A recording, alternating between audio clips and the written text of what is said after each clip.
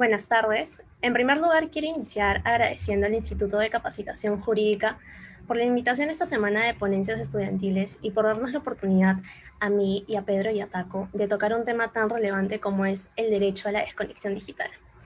En esta oportunidad hablaremos de los alcances y la importancia del derecho a la desconexión digital. Hemos dividido la presente exposición en 5 puntos. En primer lugar, consideramos importante tener presente el concepto de tecnologías de la información y comunicación, para posterior a ello adentrarnos al concepto del teletrabajo y trabajo remoto. Finalizado ello, definiremos el derecho a la desconexión digital, sus antecedentes y su regulación actual en nuestro país. Con ello pasaremos a identificar las deficiencias existentes y las propuestas que planteamos a fin de mejorar ello. En primer lugar, las tecnologías de la información y comunicación, también conocidas como TIC. De acuerdo a lo señalado por Cabero J., podemos definir a las tecnologías de la información y comunicación como lo siguiente. En líneas generales, podríamos decir que las nuevas tecnologías de la información y comunicación son las que giran en torno a 3 medios básicos: la informática, la microelectrónica y las telecomunicaciones, pero giran no solo de forma aislada, sino lo que es más significativo, de manera interactiva e interconexionados, lo que permite conseguir nuevas realidades comunicativas. Podemos encontrar diferentes medios que encuadran dentro de esta definición, como por ejemplo los celulares, las computadoras, televisores, entre otros. Debemos resaltar la presencia de las computadoras. Este es un instrumento que ha permitido que las personas no solo se mantengan conectadas con familiares y amigos, sino que además les permite realizar encargos o cumplir con sus funciones propias de sus puestos de trabajo. Es evidente que la evolución de la tecnología ha generado un cambio de gran magnitud en el trabajo como hoy lo conocemos. Esta nueva normalidad en el uso de las TIC en el ámbito laboral se encuentra relacionado con el proceso de globalización del mercado laboral y el aumento de la competitividad que ha venido en aumento a lo largo de los años, generando que las empresas otorguen mayor flexibilidad en la organización del trabajo. Con la aparición de la pandemia por el COVID-19 se volvió no una posibilidad, sino una necesidad el uso de estas tecnologías de la información a fin de poder cumplir con las obligaciones del día a día. Años atrás, podría creerse como impensable realizar las labores que hoy en día podemos realizar desde nuestras casas. Debe quedar claro que esta situación en la que nos encontramos es consecuencia del avance y el uso de las tecnologías de la información, lo cual permite, entre otras cosas, una permanente comunicación entre el empleador y el trabajador. Bien, antes de pasar a explicar un poco sobre el marco en el cual se ha emitido este nuevo derecho, quería también sumarme al agradecimiento de Yasmín por la amable invitación y bueno, para poder explicar sobre este nuevo derecho y su importancia en la actualidad. Como les mencioné, antes de pasar a explicar sobre este nuevo derecho, entre comillas, creo que es importante explicar un poco cuál es el marco en el cual se ha emitido este derecho, ¿no? Como sabemos, en marzo del año pasado, debido a la pandemia del COVID-19, el gobierno emitió diversas disposiciones a fin de que se pudieran mantener las labores de las empresas y que ello no conlleve a un riesgo de contagio, ¿no? Es por ello que en marzo, el 15 de marzo específicamente del año pasado, el gobierno emitió varias normas, entre ellas el decreto de urgencia 026-2020, en el cual se reguló la figura del trabajo remoto. Pero antes de pasar a explicar esta figura, ya existía un antecedente muy similar, pero con diversas características, la cual es el teletrabajo, que se reguló en el año 2013 a través de la ley 30036.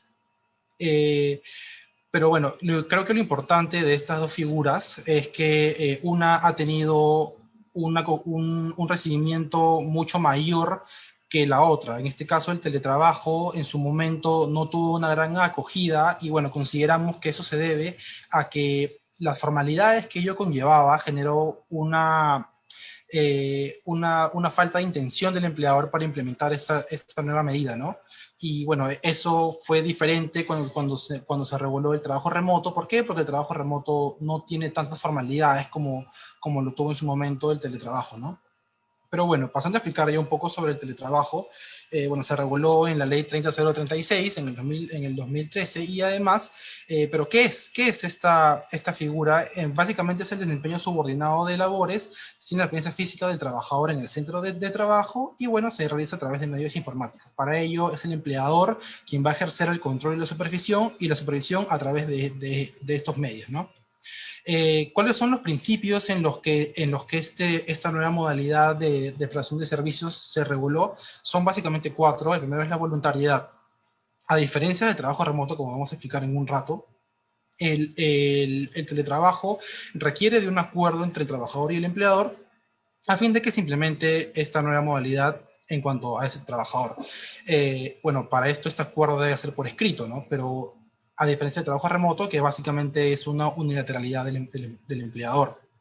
En cuanto al segundo principio, tenemos la reversibilidad, que se refiere que es el derecho del trabajador de poder requerir a la empresa o al empleador poder retornar a sus antiguas labores presenciales, pero para esto cabe precisar que el empleador en su facultad directriz tiene la posibilidad de rechazar o de negar este pedido y, bueno, y mantener al trabajador en la figura del teletrabajo, ¿no?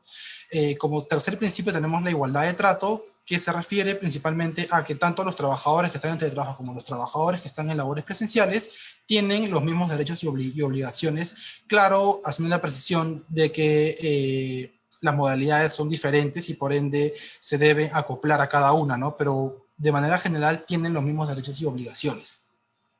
Y finalmente también debería haber una correspondencia entre la carga de trabajo y la jornada, es decir, que debe ser adecuada esta carga laboral y en función a tomando en cuenta, ¿no? La jornada de trabajo del empleado. El siguiente, por favor.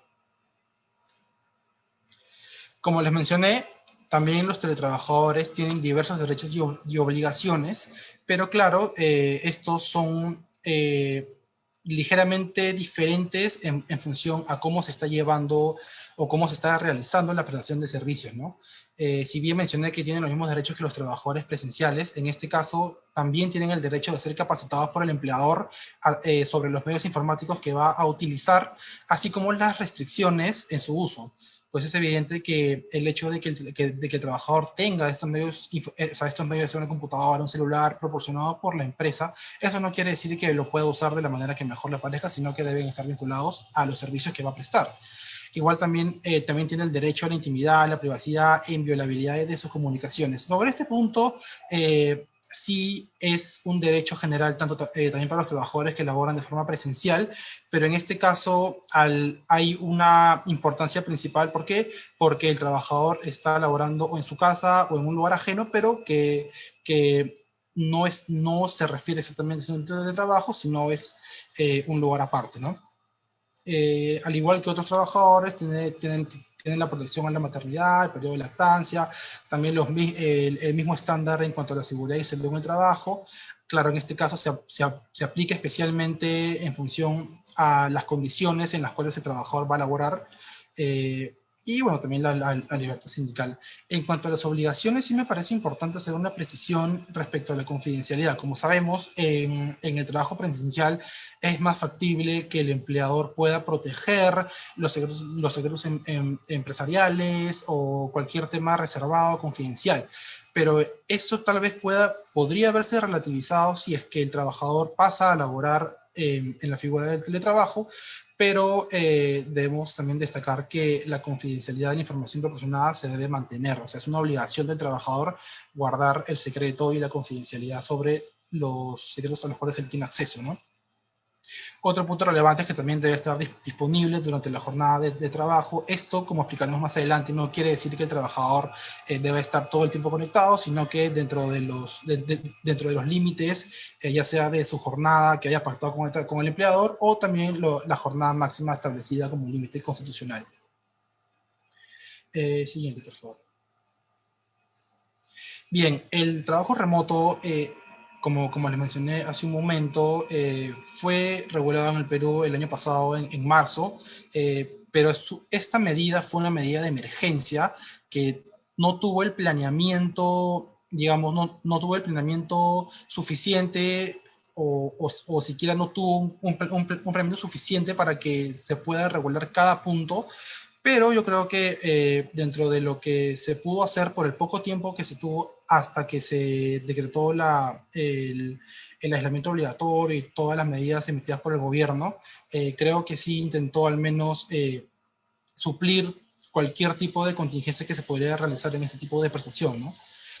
Bueno, pero básicamente que ese trabajo remoto, al igual que este trabajo, es una prestación subordinada, pero la diferencia es que este de acá se realiza o en el domicilio del trabajador o en un lugar en el cual va a realizar el aislamiento domiciliario, ¿no? Como sabemos, fue una medida temporal, es una medida temporal y de emergencia, por ende sí se hizo esa precisión. Al igual que el trabajo, se usa cualquier medio o mecanismo que posibilite realizar las labores fuera del centro de trabajo, pero sí es importante precisar que la naturaleza de las labores que el trabajador va a realizar deben poder permitir que lo pueda hacer en un lugar ajeno al centro de trabajo, porque si es que no se puede, definitivamente el trabajador no podría realizar el trabajo remoto, ¿no? Para quienes se aplica, para todos los trabajadores del público y privado, y lo que sí es importante acotar que no aplica para los trabajadores que hayan sido confirmados con COVID-19 o que se encuentren en algún tipo de descanso, porque como sabemos, el trabajo remoto igual implica prestar servicios y si un trabajador está enfermo o está con licencia o con permiso o con cualquier tipo de suspensión, no puede realizar labores mientras esté en ese tipo de prestación de servicios, ¿no? Al igual, la comunicación es el empleador quien debe comunicar al trabajador que se va a modificar el lugar de la prestación de servicios y además se debe dejar constancia de esta comunicación. Entre lo que debe contener es básicamente cuánto tiempo va a durar, cuáles son los medios de trabajo que va a utilizar, quién debe proveerlos, condiciones, etc. A diferencia del teletrabajo, este punto es importante destacar que el teletrabajo es el empleador quien debe proporcionar los equipos y si es que por A o B el trabajador los proporcionara, el empleador debe compensar el gasto incurrido por el trabajador. En este caso no, en este caso no se ha establecido que es el empleador obligatoriamente quien debe proporcionar el equipo, sino puede ser también el trabajador, ¿no?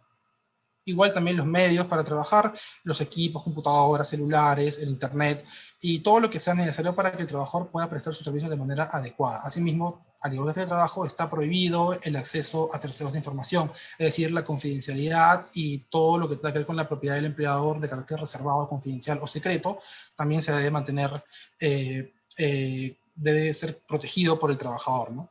Siguiente, por favor.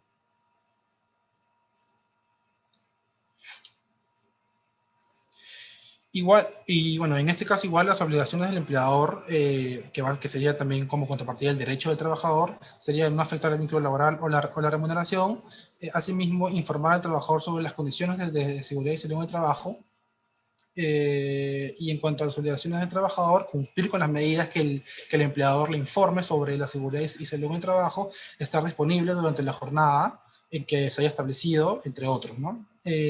Por último, también en cuanto a la duración, inicialmente se reguló la duración que estaba sujeta a la emergencia sanitaria, pero bueno, ya justo a raíz del decreto de urgencia 127 de 2020 es que la duración se prorrogó hasta el 31 de julio de 2021 y lo más probable es que también sea prorrogado nuevamente, ¿no? Siguiente.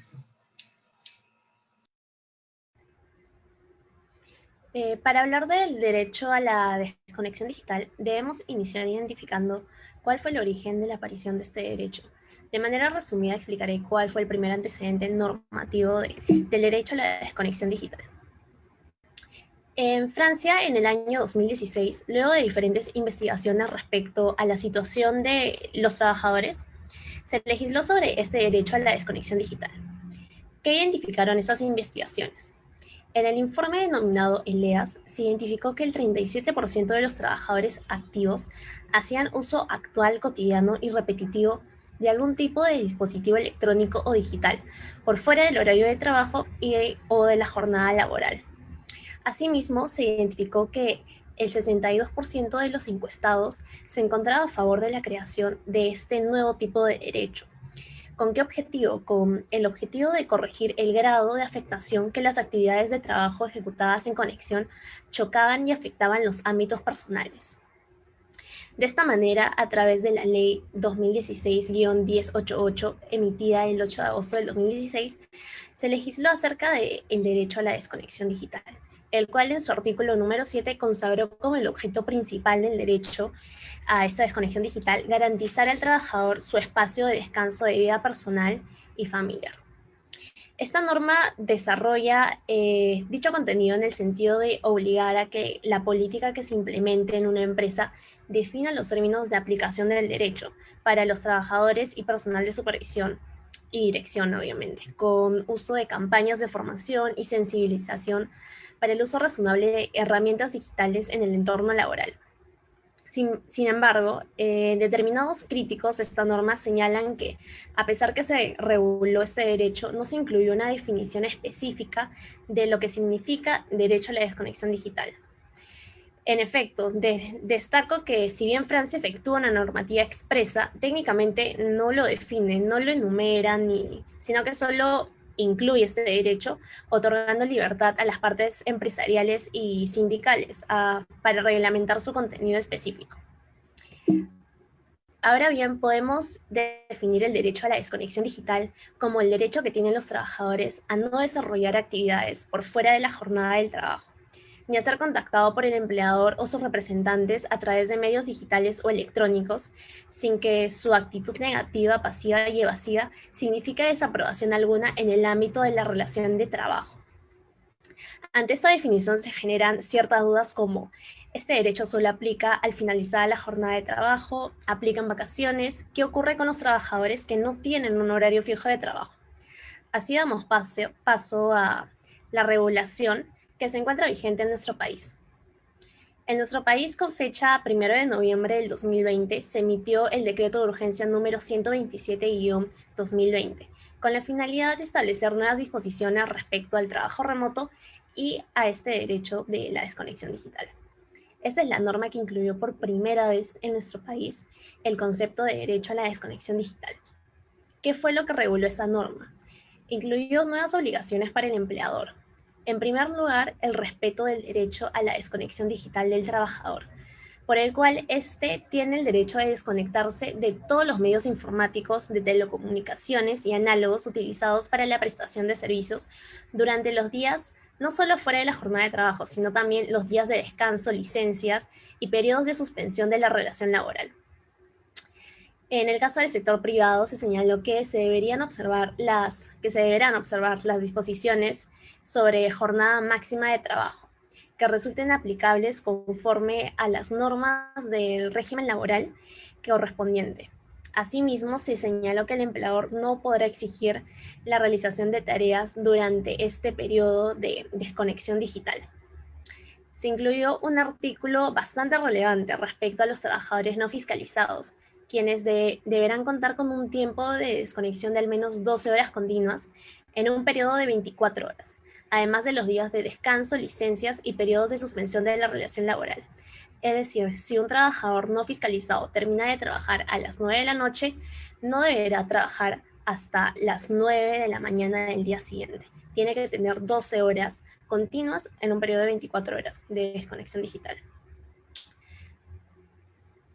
Casi 5 meses después de la emisión de la norma que acabo de mencionar, con fecha 11 de marzo del 2021, fue emitido el Decreto Supremo 004-2021-TR, mediante el cual se establecieron disposiciones especiales respecto del derecho a la desconexión digital, así como nuevas infracciones laborales.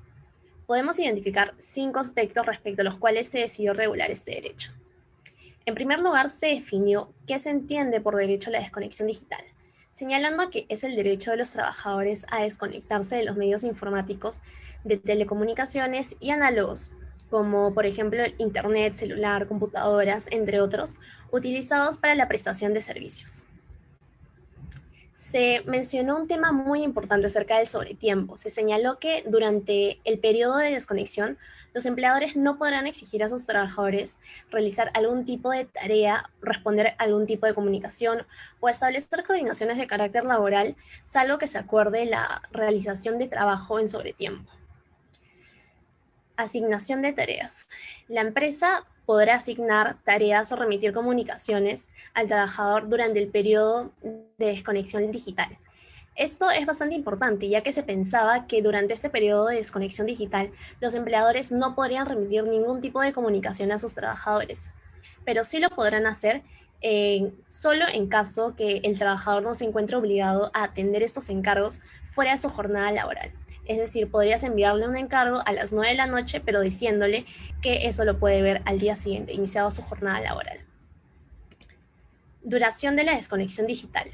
Se señaló que el tiempo de la desconexión digital inicia al término de la jornada diaria de trabajo y finaliza al inicio de la siguiente jornada. Es decir, si tu horario de trabajo es de 9 de la mañana a 5 de la tarde, debería iniciar al día siguiente, ¿no? A las 9 de la mañana. Los días de descanso semanal, días feriados, días de descanso vacacional, días de licencia o cualquier otro periodo de suspensión de la relación laboral también son considerados como tiempo de desconexión digital. También se señaló un punto respecto a los trabajadores no sujetos a fiscalización. Se señaló que el derecho a la desconexión digital también aplica para los trabajadores de dirección, a quienes como se sabe, no se encuentran sujetos a fiscalización inmediata de la jornada, y también a los que prestan servicios intermitentes. Se señaló que estas personas no deberán realizar trabajo efectivo por medio de cualquier medio informático, digital o análogo, durante al menos 12 horas continuas en un periodo de 24 horas, que era lo que ya se había señalado con la anterior norma, con el decreto de urgencia. Y finalmente, se señaló que existirían infracciones. Las empresas no pueden intimidar al trabajador para realizar tareas, responder comunicaciones, o efectuar cualquier tipo de coordinación durante este tiempo de desconexión digital. El incumplimiento de esta prohibición traerá como consecuencia una infracción administrativa grave que será sancionada con una multa. Y el cálculo del monto de esta multa será calculada en función al número de trabajadores afectados. Bien, claro, o sea, ya ahora que hemos analizado cuáles han sido, cómo se ha regulado inicialmente el decreto de urgencia, luego el decreto supremo que se publicó el jueves pasado, ahora sería bueno ver cuáles son las deficiencias que se pueden advertir en cuanto a la regulación normativa. Para esto creo que ha sido muy importante la emisión del decreto supremo 004-2021 que se publicó el jueves de la semana pasada, porque sí, efectivamente hemos advertido que se han subsanado algunas omisiones que tal vez la regulación básica que se dio en noviembre del año pasado a través del decreto de urgencia 107 de 2020, sí se advierten algunas correcciones. Pero antes de pasar a explicar cuáles han sido las omisiones subsanadas, creo que es importante precisar, ¿no?, que al inicio de la cuarentena del año pasado, aproximadamente en abril y mayo, se realizó una investigación denominada Estado de Trabajo Remoto en América Latina en el 2020, que lo realizó Rangmi. En esta investigación se determinó, ojo, que eso fue inicialmente en abril y mayo del 2020, se determinó que aproximadamente el 49%, ya mi siguiente, por favor. Gracias. Se determinó que aproximadamente el 49% de los participantes afirmaron tener una efectividad mientras realizaban el trabajo remoto mucho mayor que cuando hacían trabajo presencial, mientras que el otro 30-21% sí señalaron que o eran neutrales a la productividad o habían disminuido su productividad. Entonces, claro, al inicio de la cuarentena las expectativas eran súper altas. ¿Por qué? Porque el trabajador ya no tenía la obligación de asistir presencialmente a su centro de trabajo, por ende, el tiempo transcurrido entre salir de su casa y llegar al centro de trabajo, luego salir del centro de trabajo y llegar a su casa, evidentemente es tiempo que se pierde en el transporte durante el día, en el día a día. Pero no, ya cuando se decretó la pandemia bueno, y eso conllevó al aislamiento obligatorio, las expectativas eran súper altas y por ende las personas o los trabajadores consideraron que iban a tener mayor efectividad porque también tenían mucho más tiempo para cumplir con sus labores diarias. Pero claro, o sea, esto también conllevó a un efecto negativo, porque también hubo una investigación que se realizó en el 2018 denominado Mechanisms to Improve Productivity by Performing Telework, en el cual se determinó que si es que un trabajador realiza más de 10 horas diarias de trabajo efectivo, su productividad tiende a disminuir. Y por el contrario, si es que realiza menos de 10 horas, o se mantiene la productividad o se aumenta.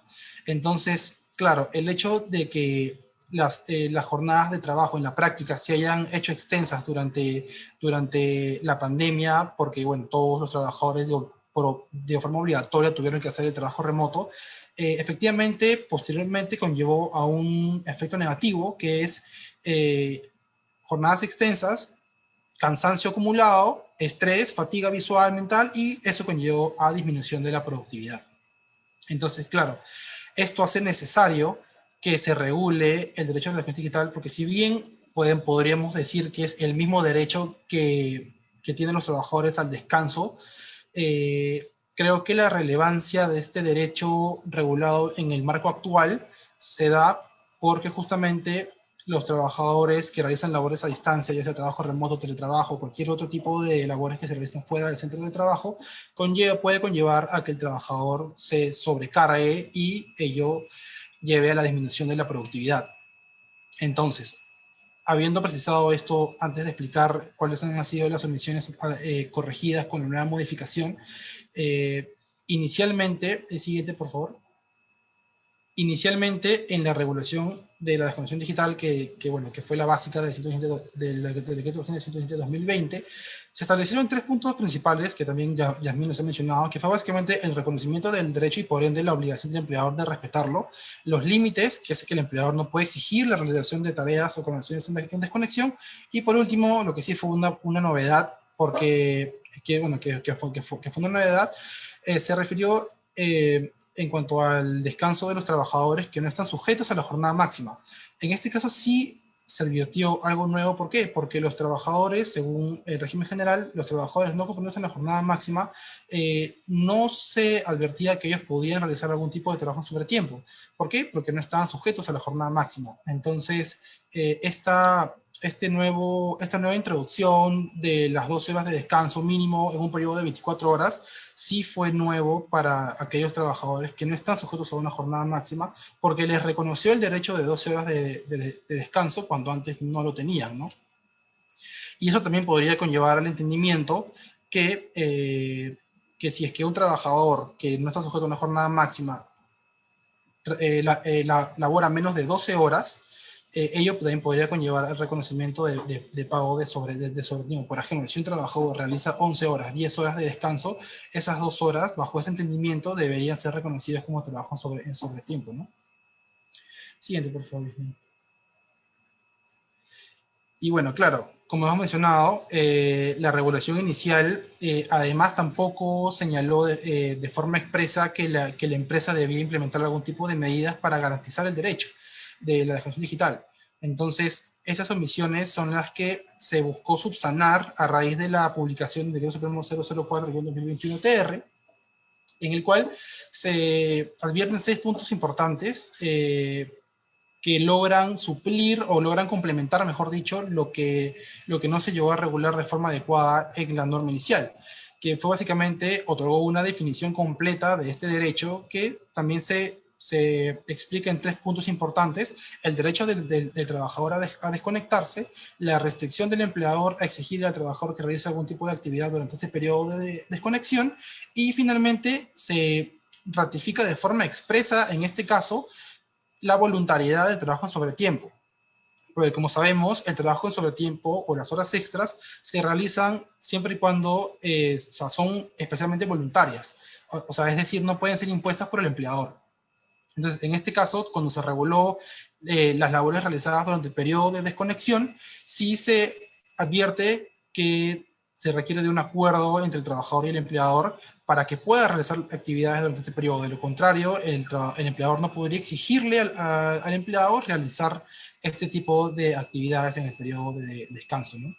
Como segundo punto importante fue la autorización al empleador para asignar tareas. Este punto sí me pareció bastante interesante. ¿Por qué? Porque, por ejemplo, en Chile, en el Código del Trabajo, hay una prohibición expresa de que el empleador pueda asignar tareas al trabajador durante el periodo de desconexión.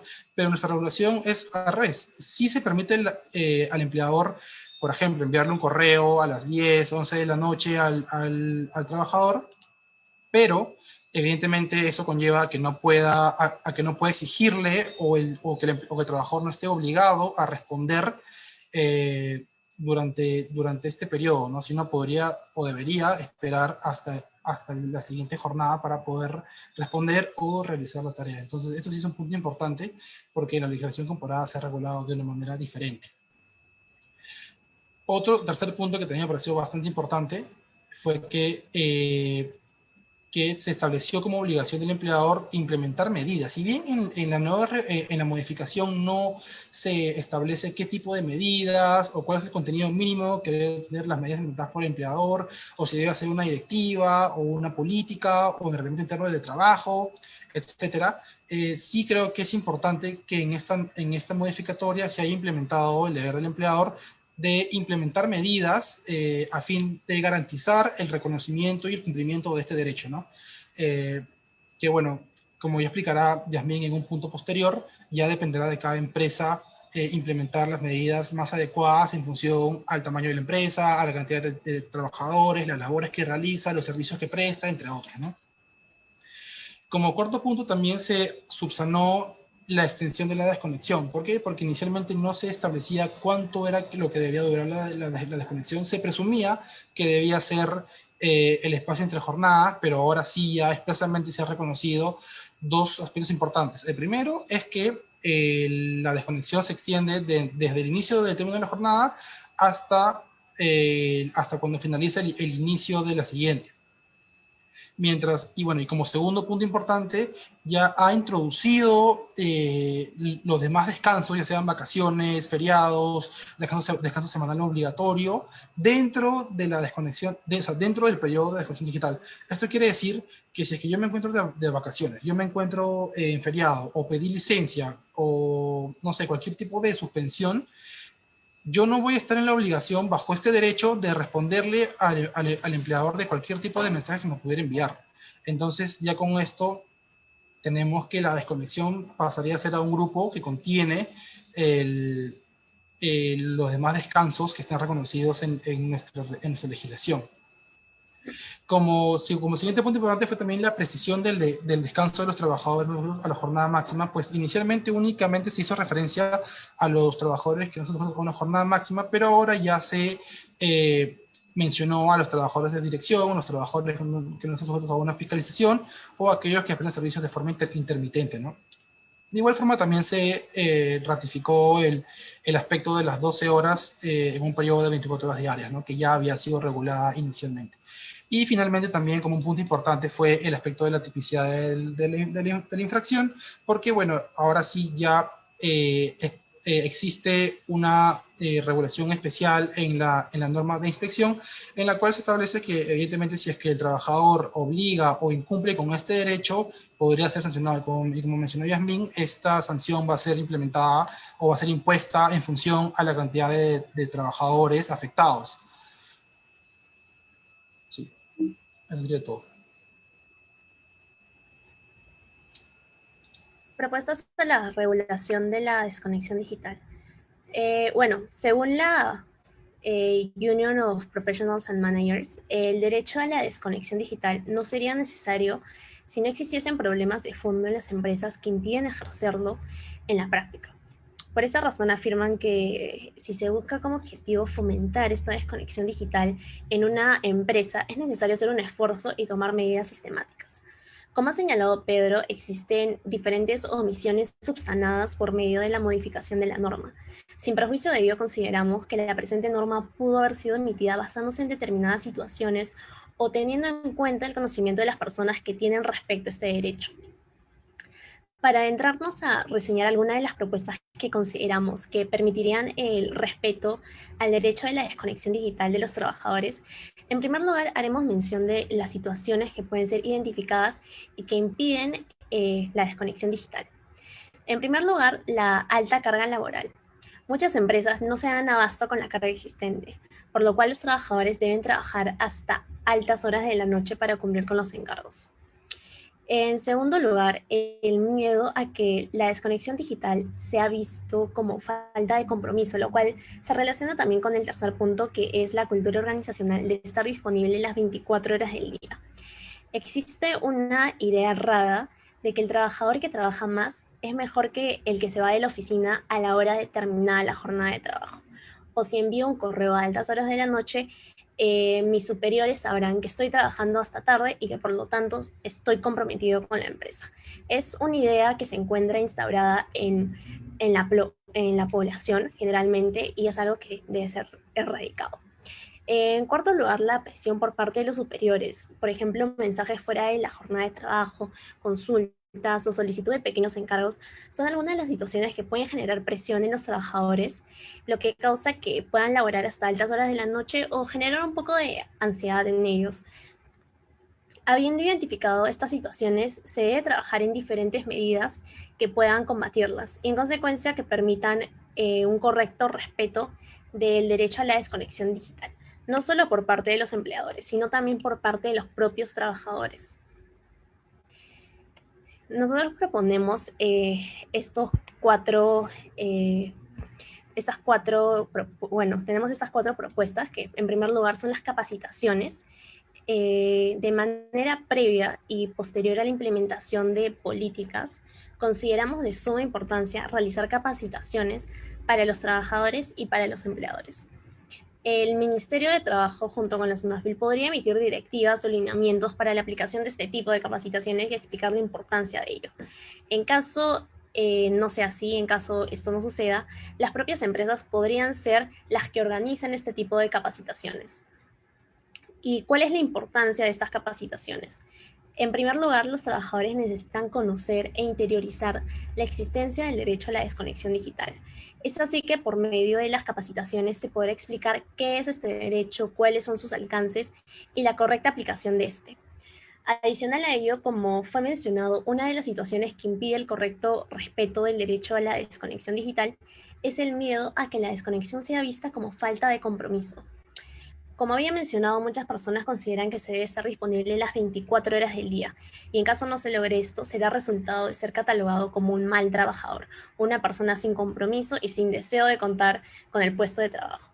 Esta mentalidad debe ser erradicada de la mente de los trabajadores y también de los empleadores.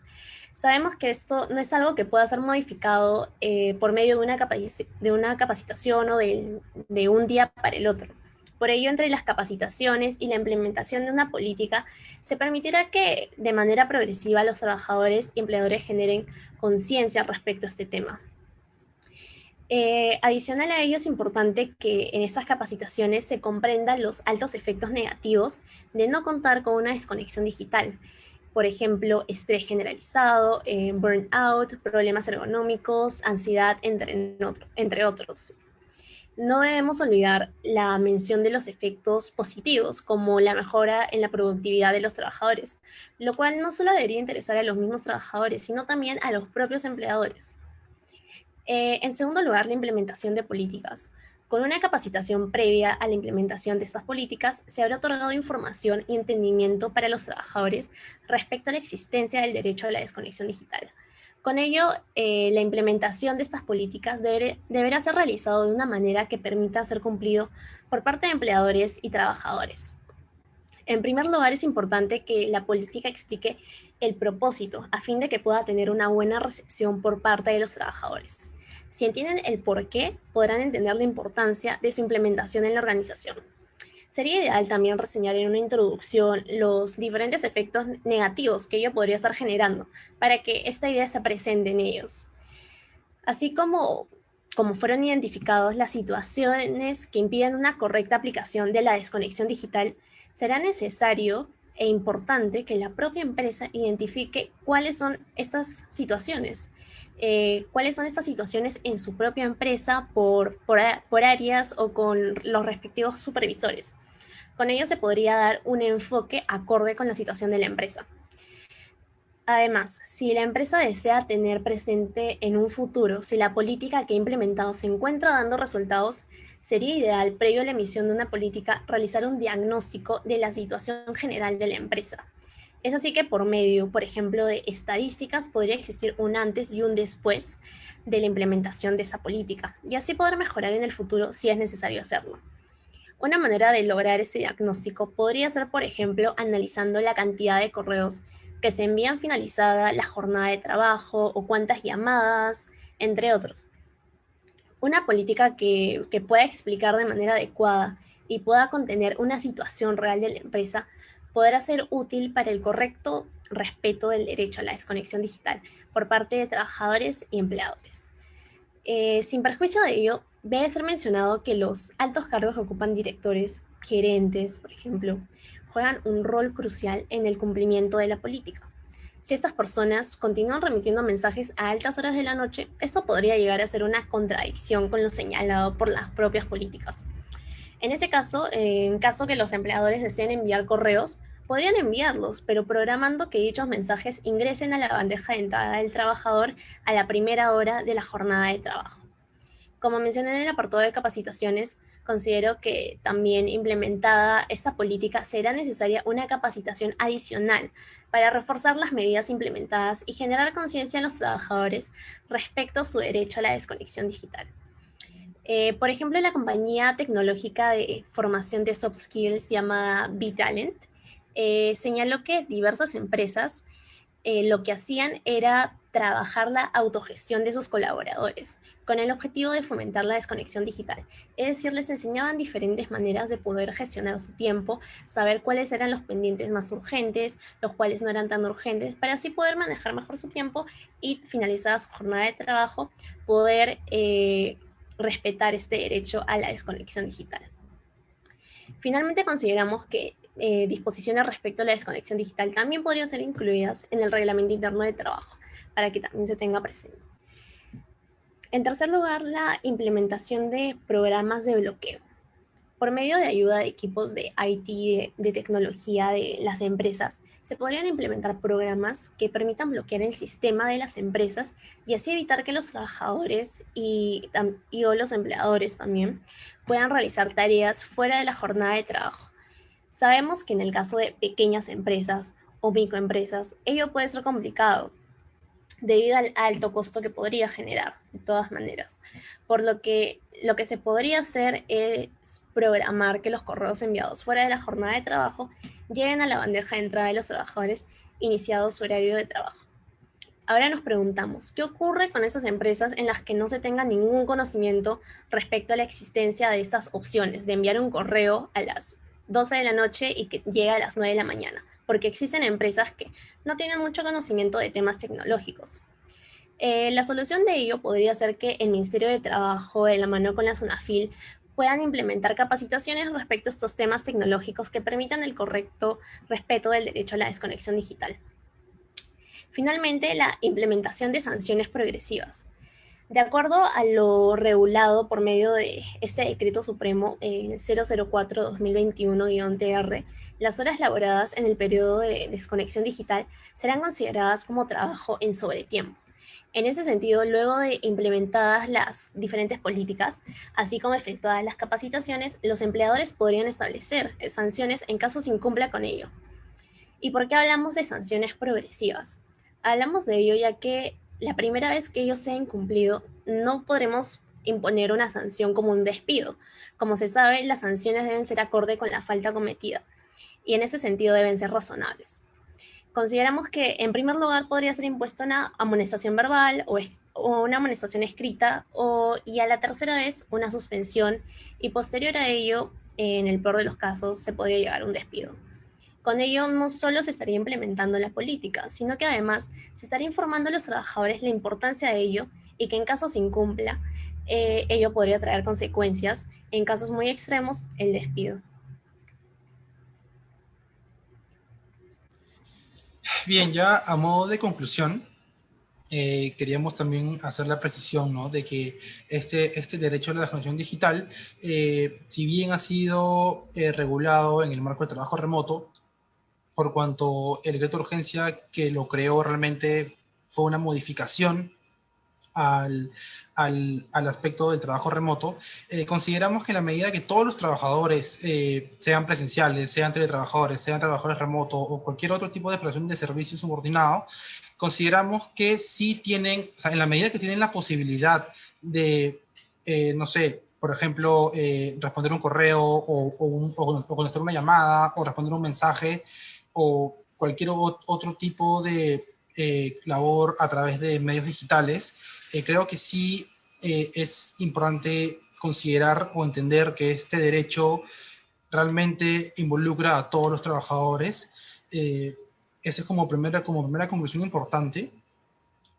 Asimismo, también, tal como hemos explicado en puntos anteriores, el Decreto Supremo 004-2021-TR sí ha logrado subsanar diversas omisiones que se identificaron inicialmente en el Decreto de Urgencia 127-2020, por cuanto sí ha entrado a regular en función a la realidad de cómo se está llevando el trabajo remoto y ha precisado diversos puntos que tal vez se omitieron en la norma inicial, ¿no? Y asimismo, también como punto final, es que consideramos que se debe mejorar el control y el respeto del derecho a la información digital por parte de los empleadores de las empresas, y también que los trabajadores tengan la conciencia o el conocimiento suficiente para saber que ellos pueden hacer exigir también ese derecho. Y bueno, las empresas podrían, como mencionó Yasmín, a través de capacitaciones, políticas internas, directivas o también programas de bloqueo, que también sí tengo conocimiento que se implementado en algunas empresas, y como mencioné también sanciones progresivas dentro de la empresa, ¿no? En cuanto al incumplimiento sobre el procedimiento establecido en el reglamento interno de trabajo, en cuanto a la realización de labores en sobretiempo. Si el trabajador incumple una política que está reconocida y del cual tiene pleno conocimiento, sí habilita la opción del empleador a sancionar ese incumplimiento, pero evidentemente, si es que el trabajador realizó estas labores en sobretiempo, pese a que había incumplido con el procedimiento establecido en la norma interna de la empresa, sí hay obligación de la empresa de cumplir con el pago de estas labores en sobretiempo, pero eso no quita el hecho de que pueda imponer alguna sanción de la forma progresiva, como ha explicado muy claramente Yasmín, ¿no? Esas serían básicamente las conclusiones más relevantes en cuanto al derecho a la desconexión digital. Y nada, muchas gracias por la oportunidad. Muchas gracias por la invitación.